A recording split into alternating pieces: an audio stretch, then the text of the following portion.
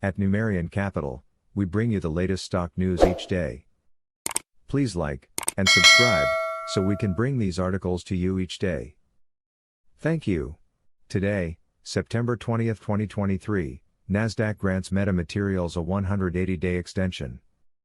Investors shouldn't mistake the extension news as a reason to buy Meta Materials. Meta Materials has been granted an extension to regain Nasdaq compliance.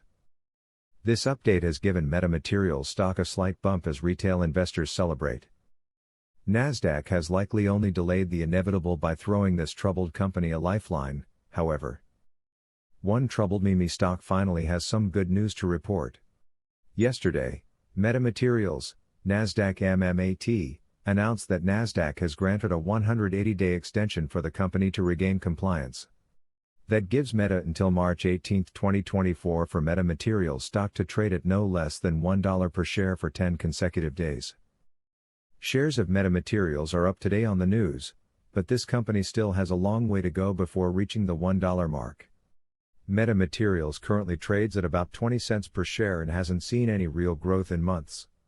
No matter how hard retail investors work to drive hype for the stock, any superficial momentum quickly fades. This doesn't bode well for Meta's chances of regaining compliance. Why is it so hard for this troubled meme stock to pull out of its slump? Let's take a closer look. What's happening with Meta Materials stock? Anyone who has been following Meta Materials since last year knows it has a history of controversy.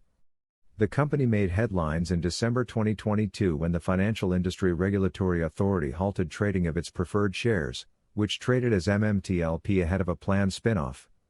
This decision sparked a massive outcry from investors alleging foul play. Since then, Meta Materials stock has raced to the bottom, falling more than 80% since the beginning of 2023. Granted, this micro-cap penny stock has never traded at very high levels. But this downward spiral has kept it well below $1 for months. Shares haven't even been close to Nasdaq's minimum bid price since February 2023, and there's nothing to suggest Meta Materials will suddenly rally and stay there. Indeed, this summer has brought more bad news than good for Meta Materials. Late in August, the Congressional Research Service published a report on MMTLP that did not quite validate retail investors' claims. Last week, U.S. Securities and Exchange Commission Chairman Gary Gensler also addressed the MMTLP allegations before the Senate but did not provide any new information. On top of that, Meta Materials recently disclosed in a regulatory filing that Eric Leslie, a member of the firm's board of directors and of the board's Audit Committee and Human Resources and Compensation Committee, had resigned. The only bright spot for investors now is that Meta Materials stock has been given a lifeline via the 180-day extension.